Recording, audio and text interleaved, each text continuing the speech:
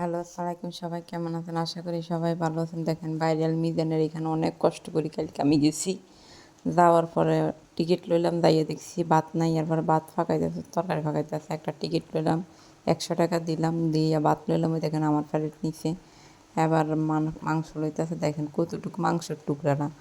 এই টুকরে দিয়ে এক টুকরা মাংস দিয়ে কীভাবে মানুষের ভাত খাবে? মোবাইলে দেখা হলো অনেক বড়। আসলে এগুলো সব ইউটিউবাররা মানে ওরা হাইলাইট করে। আসল কারণ কোনো কিছুই নেই এখানে। ওর পাশের দোকানগুলো তো অনেক ভালো আরও। আপনারা দেখেন, ওর নামে যে কিছু বলে তারাই ইউটিউবার বানায় দেয়।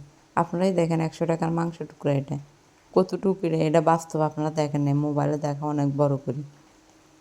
যদি বাস্তবে দেখতেন তাহলে বলতেন এক টুকরা মাংস দিয়ে কীভাবে ভাত খাওয়া। দেখেন ওইখানে একজন বসে আছে, হরাতে এমনি দেন এক টুকরা মাংস কে লয় না, 2 টুকরা লয়। একজনে ভাতের দিকে লয় না, শুধু মাংসের দিকে ফরা দেয়।